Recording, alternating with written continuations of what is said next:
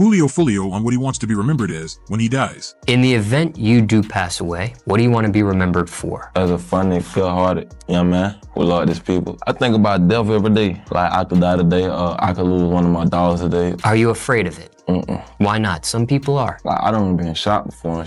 So, I done seen death a couple times, but no matter who you is, bro, anybody could die. You could die wherever, whenever, however. When it comes to death, is it something you're financially prepared for? Yeah, I got life insurance, so I'm gonna be straight. Some people also have a will. I don't got that. I got a little money set aside, but I ain't got a will. I'm glad you brought Jay that up. Like, a beast, he gonna be a problem in a couple years. Like, not even a couple years. I give him next year, top of next year, whatever the case may be, whenever his time is.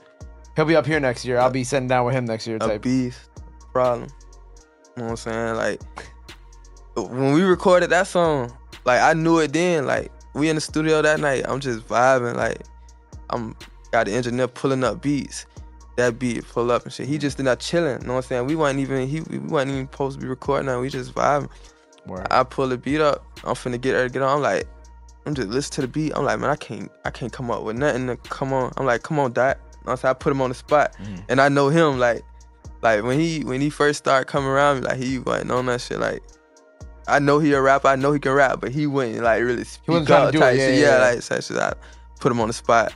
And when he did that shit, like, I'm like, oh yeah. Right, don't get pregnant, all that dick, right? Sick. Just left out south with 100 missed calls. Everybody mad like, why y'all dealer pop at the mall? I'm like, fuck that, you know what it is. These niggas mad, we got like 5 bodies in the field. Put on my ski, call a P, I'm trying to shoot some threes. And White, he was my nigga, why I took his beef. And on the other end, I heard the whole city want to murder me. I dropped my address, I'm on 1646 West 45th Street. Name a fucking rapper in the city, ever play with me. Sliding back to back, we was dope, but we're 3 for 3. Fuck that, you just a singer, call you Pleasure P6.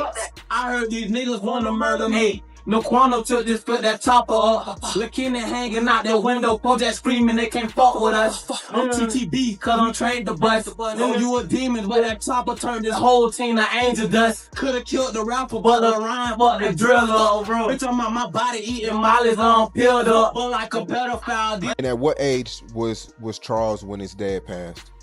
About maybe 13 or 14 years old. He was Charles' dad. It wasn't like a street violence. He got in a fight with somebody. He was looking at TV, and then the guy, he thinking everything cool or whatever, and the guy shot him in the back of the head. Oh man. So it wasn't like a rival, like anything like that, but that's what happened. Now, I ain't want to have to say this or do this, but I'm going through it myself with my own personal issues. Little Papa did not kill himself. Let's talk about the uncomfortable truth about your favorite drug dealer. Your favorite drug dealer is a bitch. The plug ain't the plug. He's some junkie that failed school that gets hustled and taken advantage and finessed by the other bitch nigga. Then he takes that work and he sells it to you. Little Papa got sold some bad drugs, and that's what happened. That young man found God, he found the truth, he found the word, and he found the light. He had everything to live for. He been in this music industry for over 12 to 14 years. He was only 25 years old. Yes, he was going through it much like everybody. Don't we all feel like we fall down sometimes? But like Donnie told y'all, but we fucking get up. I'm not going to let y'all do that to that young man. Being somebody who lost many people to these stupid-ass fentanyl drugs and these loaded pills that your favorite drug dealer don't want to tell people what's in that bitch. Now, I'm not out here to excuse anybody who pop pills and all that. Now, I'm guilty of doing many things, so who am I to judge? You can judge. The scripture didn't say that Tupac bullshit of only God can judge me. That's false. We're allowed to judge everybody. But here's the problem. You have to judge righteously. And a lot of you people ain't righteous for shit. Little Papa did not kill himself. If y'all ain't gonna be the voice for him, I'ma be the voice. What happened is when most people overdose in today's time, they got sold a bad drug. These dudes can do any other routes to kill themselves, and you really believe he went out like that, Jack? What happened is he probably was going through some up and downs like the rest of us, and he took something to make him happy, and he ain't never woke up.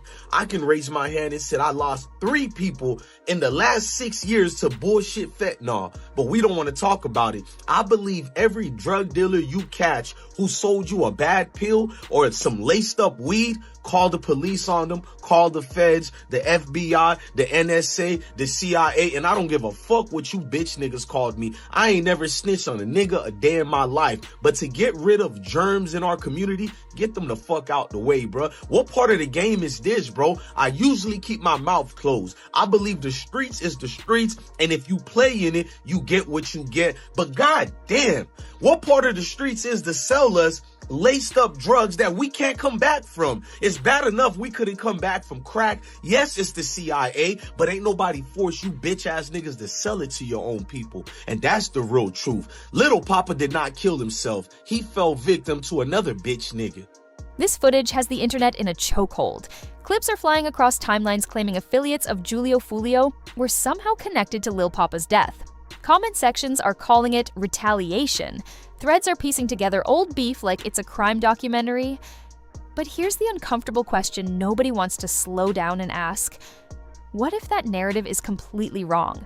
Because what really happened to Lil Papa is deeper, darker, and way more complicated than a revenge storyline. And before you believe a single viral post, you need the full picture. The morning of February 18th, 2026 didn't start with an official statement. It started with whispers, group chats, threads posts. Say it ain't so. Jacksonville woke up to rumors that Lil Papa, born Janarius Michael Wheeler, was gone. He was just 25. By midday, confirmation came out of Fulton County, Georgia, pronounced dead at 11:23 a.m. Cause and manner? Pending investigation. No foul play confirmed, no official details. Just silence. And when there's silence, the internet fills it. Within hours, theories exploded. Some claimed he offed himself. Others said pills. A few accounts even pushed stories about fake medication found near him. Claims that didn't even line up with the confirmed Georgia location. But facts weren't trending. Speculation was. And then, one detail poured gasoline on everything: his ties to Jacksonville's most infamous rap war. If you don't understand Jacksonville, you won't understand why people immediately screamed retaliation. For nearly a decade, the city's rap scene has been shaped by a deadly divide: ATK versus KTA. On one side, you've got Youngjin Ace and his circle. On the other, Julio Foolio and 6 Block. Diss tracks weren't just music, they were scoreboards. Songs like Who I Smoke and When I See You turned real-life losses into viral anthems. Names were named, sides were chosen, and over the years, bodies stacked up. Lil Papa wasn't the loudest in the war, but he was connected. His Cut Circle crew was seen as aligned with the ATK side, so when Foolio was killed in 2024, and then Papa died less than 2 years later, the internet did what it always does. It added 2 + 2 and got revenge. But here's where that theory starts cracking. Because Lil Papa and Foolio weren't always enemies. In the early days, they ran in similar circles, made music, shared space. That changed in 2018 after an altercation at Avenues Mall. Foolio later admitted they fought over what he believed were sneak disses. From there, things turned cold. That same year, Papa survived a drive-by that killed 2 of his close friends. He was grazed. Out of that trauma came Purple Hearts, one of the rawest songs ever to come out of Jacksonville. Not a diss, not a threat, pain, survivor's remorse. You could hear it in his voice, the guilt of living when others didn't. And that's what separated him. While the city went drill heavy, Papa leaned into melody and reflection. He rapped about depression before it was trendy. He talked about trauma without disguising it as toughness. He wasn't trying to win a war on wax. He was trying to survive one. And when Foolio died in 2024, Papa didn't celebrate. He didn't diss. He dropped reflective music. That detail matters, because retaliation narratives only work when both sides are escalating. Papa wasn't escalating. He was evolving. In 2022, he signed with Collective Music Group under Yo Gotti, partnering with Interscope. For many, that was the glow-up moment. National reach, bigger stages, industry backing. But success doesn't silence personal battles. Papa had been open about living with sickle cell anemia. a condition that brings intense pain episodes. Managing that often requires strong medication. Now combine chronic pain, touring schedules, label pressure, survivor's guilt, and public expectations. That's a heavy mix. And in the weeks before his passing, fans noticed something in his posts, an IG story with cryptic lyrics, a message saying he had one more album left. At the time, maybe it sounded like creative burnout. After his death, it sounded like something else entirely. And that's when conspiracy culture kicked into overdrive. Some online voices claimed the label had something to do with his struggles. Others pushed wild sacrifice theories. Zero evidence, zero official links, just vibes and paranoia. And then came the viral footage. The clips claiming affiliates of Foolio were somehow connected. But here's the part nobody spreading those clips wants to highlight. There is not a single verified report connecting Foolio's camp to Lil Papa's death. Not one. The Fulton County Medical Examiner's investigation remains ongoing. Toxicology takes time. Autopsies take time, but patience doesn't trend. Blame does. It's easier to point fingers at old enemies than to sit with uncomfortable possibilities about mental health, chronic illness, or internal battles. And that says something about us. Then the tributes started. Artists who had real relationships with Papa stepped forward. They didn't talk about beef. They talked about his heart. They talked about how he stayed humble, how he supported others quietly, how he carried himself differently. Fans called him underrated, said he was one of the most slept-on voices of his generation. Streams surged, like they always do when it's too late. And one detail hit especially hard. He had a tour scheduled called Almost Normal Again. Sit with that title, Almost Normal Again. That doesn't sound like someone plotting retaliation. That sounds like someone trying to find peace. So where does that leave us? Right now, the only confirmed facts are simple and tragic. A 25-year-old father, an artist with national momentum, a voice for pain and survival, gone. Everything else, the footage, the affiliate theories, the retaliation math, lives in speculation. And speculation spreads faster than truth, especially when the name attached to it is Lil Papa. But here's the bigger conversation nobody wants to sit with. Why is it easier to believe a revenge plot than to talk about depression? Why does a storyline about street retaliation feel more believable to us than the possibility of someone quietly drowning under pressure? Why do we treat trauma like weakness? Something to clown, dismiss, or ignore until it turns permanent. Young artists like Papa don't just make music. They carry entire environments on their backs. Street expectations, industry politics, chronic health battles, financial responsibility, family loyalty, public image, social media scrutiny, every move analyzed, every lyric dissected, every silence questioned, and they're supposed to smile through it. Lil Papa's story isn't just about a beef. It isn't just about old rivalries or who rocked with who. It's about what happens when survival becomes exhausting. It's about a culture that celebrates resilience, but rarely provides rest. A culture that praises toughness, but struggles to create space for vulnerability.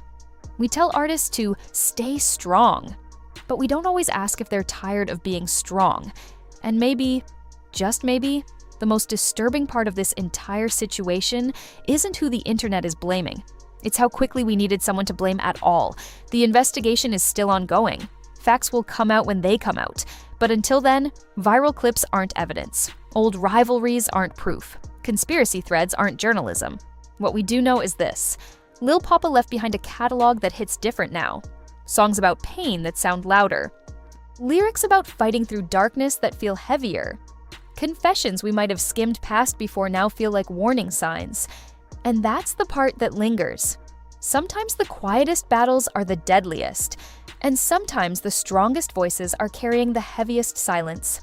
So before you repost that footage, before you comment retaliation, before you turn tragedy into entertainment, ask yourself if you're reacting to truth.